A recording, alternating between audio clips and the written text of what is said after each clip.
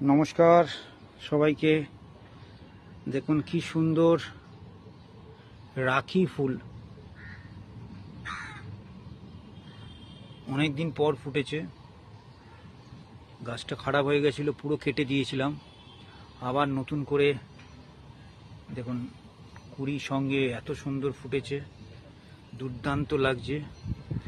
এবং যে নিউজটা দেওয়ার জন্য আরও ফোন ঠিক ভিডিওতে এলাম, 7ই July plant a tree with Zeta আড্ডা, ডেটটা অ্যানাউন্স করে দিলাম।